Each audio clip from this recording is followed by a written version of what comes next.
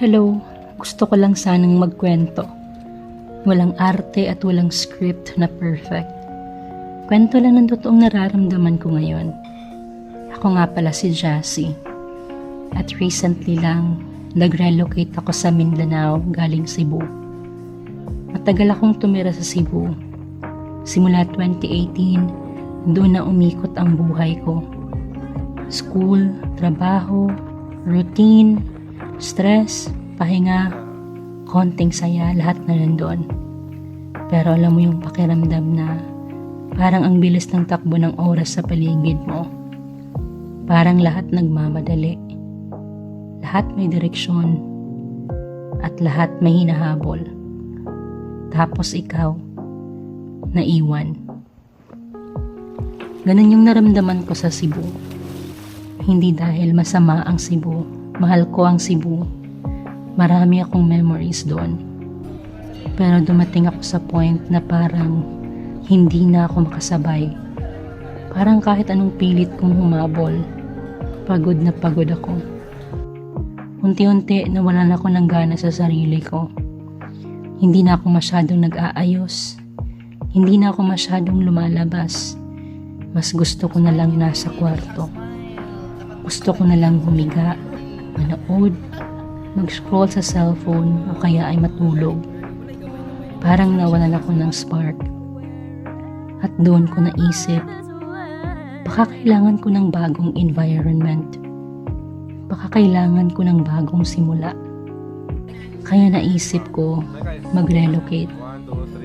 Hindi siya biglaan, pinag-isipan ko rin. Maraming takot, maraming tanong, pero sa huli, pinili ko pa rin. Lumipat ako sa Mindanao. Akala ko pag nag-relocate na ako, magiging okay na lahat. Akala ko parang reset button lang. Pero hindi pala ganun kadali. Pagdating ko dito, doon ko na-realize na madami palang adjustments. Simpleng bagay lang pero mabibigat. Yung pagbili ng mga gamit sa bahay, yung hindi mo alam kung saan bibili ng murang bilihan, yung hindi ka familiar sa lugar, kailangan ko pa ng mapa. Minsan kahit pupunta lang ako sa isang lugar, kinakabahan ako kung tama ba ang daan ko.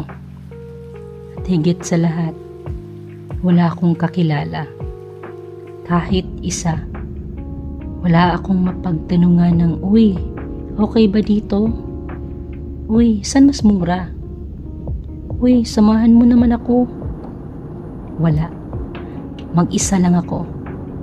At sa ngayon, itong camera ko lang ang palagi kong kasama. Hindi ko in-expect na ganito pala yung pakiramdam. Hindi naman siya sobrang lungkot.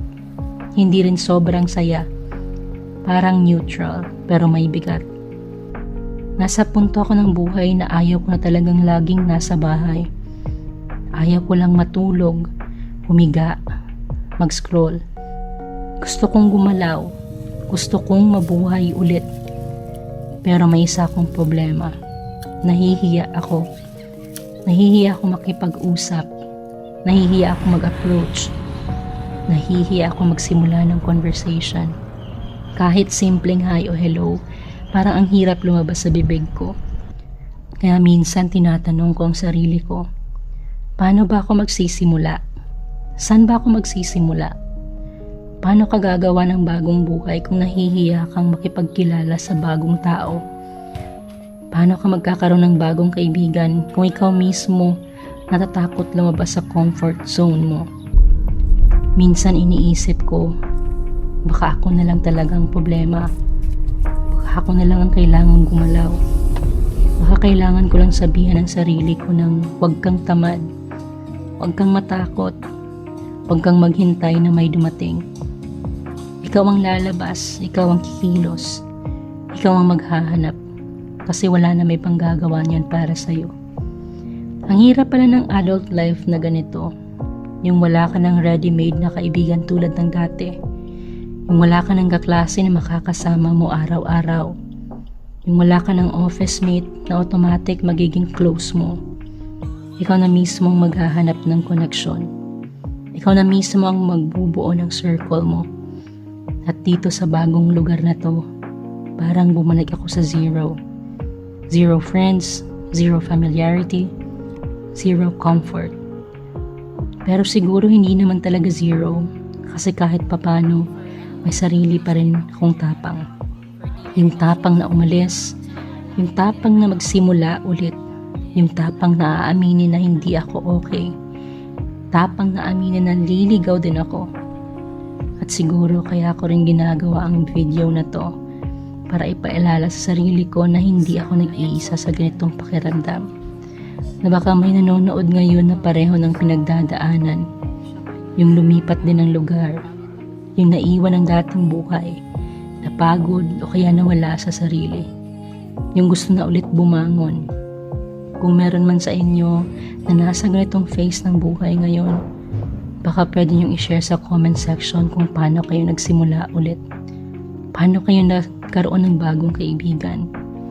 Paano kayo nag-adjust? Paano nyo hinarap yung takot?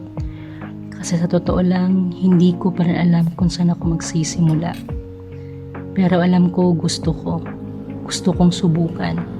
Gusto kong bumuo ulit ng buhay ko dito. Gusto kong maramdaman ulit ng excitement. Gusto kong magising na may aabangan. At kung sakali mang mahirap, okay lang. Kasi siguro, parte talaga ng bagong simula ang maligaw muna. Hanggang dito na lang muna at maraming salamat sa panonood. At kung nasa same situation ka tulad ko, hindi ka nag-iisa.